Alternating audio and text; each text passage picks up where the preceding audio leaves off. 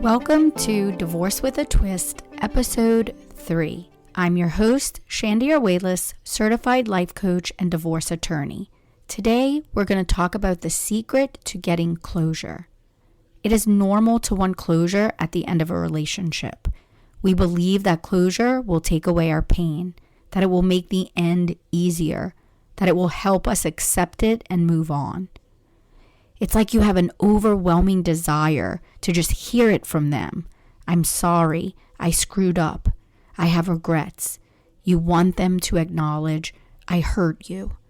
Without it, your brain will create stories that you will likely ruminate on over and over, and you will continue to spiral downward through self-blame and eventually land on self-loathing. I get asked all the time, how do I get closure? Now, first of all, it's okay to ask for closure. You can reach out to your ex if you want to. You can try calling, you can write a letter, send a text, and you can find out if that person is willing to give you what you want. But you may not like what they have to say. You may not believe it. You might think they're disingenuous. If you open the floor for them, they may tell you that they don't think they did anything wrong, that you're blowing things out of proportion and they don't owe you anything. They may want to point out all of your flaws, argue their point of view. You get the idea. When we put our need for closure on the other person, we are at their mercy. We give our power away, and so we become needy, wanting, and sometimes obsessed. So instead, ask yourself, what do I really want? Do you want validation?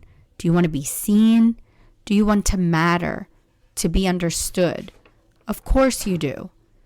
We are correct to believe that closure will help take our pain away, that it will help us accept the end and move on. Closure is important. But guess what?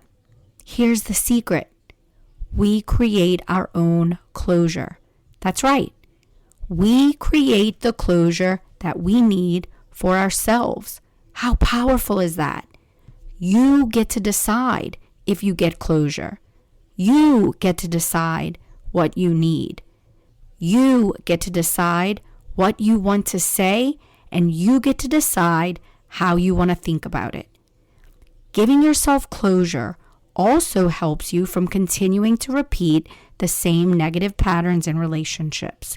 It allows you to become acutely aware of your needs and also allows for accountability in a healthy way. Without closure, we become our own targets and we self-blame. I was just talking about closure with my client, Courtney. With her permission, I'll read you her thoughts. I want him to finally start taking some blame for his years of infidelity. He walked away like nothing ever happened, which hurts even more. I was never valued or appreciated to begin with. I feel like I'll never be good enough for anyone. I feel pathetic. I never should have stayed so long. Now, there may be some validity in feeling like I stayed too long or I put up with too much, but those thoughts do not serve you now. Too much self-blame can result in self-loathing, and your self-blame is misplaced. You cannot judge your past self with knowledge of your present self, because now you are stronger. Now you would do things differently. You would speak up for yourself. Perhaps you would not tolerate that kind of treatment. But don't beat up the girl who got you here, the girl who bore the lessons so you could now be the person that you are. Love her instead. Be gentle in your judgment and understanding. She got you here. Give yourself permission to love her and let it go. So how do you let it go? How do you create your own closure? First, identify what you want. Start by asking yourself, what would closure look like if I created it? You can talk it out loud or write it out. What do you want to say? What do you need to hear? Secondly, create it. There are several ways you can do this. You can sit in front of an empty chair and play it out. I know that seems silly, but it is a very powerful exercise. Express your feelings without judging yourself. Or you can write a letter to your ex and get everything off of your chest, all of it. Then you can burn it, throw it away, shred it. No need to send it. Or you can write an open letter to yourself, the version of you that was in the relationship. What would you say to her today? Can you understand why she did some of the things she did, the choices she made? Acknowledging certain behaviors, actions, or inactions without judgment, and learn from them. And last, the third step in creating your closure is to evaluate your thoughts and feelings. I'm a proponent of this work all the time. It's very powerful. But like Courtney, you are likely thinking things like, why did he do this to me? I was never good enough. I'm not important. I was never appreciated, or I don't matter. These thoughts will result in you feeling hurt, rejected, humiliated, unworthy or not good enough, even confused.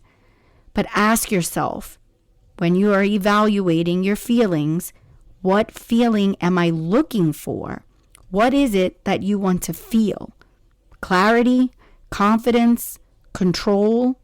There's hundreds of possibilities. Whatever you are looking for, you can find new thoughts that will generate that feeling. So that's it. To create closure, you identify what you want, you create it, and you evaluate your thoughts and feelings about it. Creating closure is the parting gift you can give yourself, and it's oh so worth it. All right, that's what I have for you this week. Wherever you are and whatever's going on, take care. If you like what you hear and want to create a future you can truly get excited about, I invite you to join my Direction After Divorce coaching program.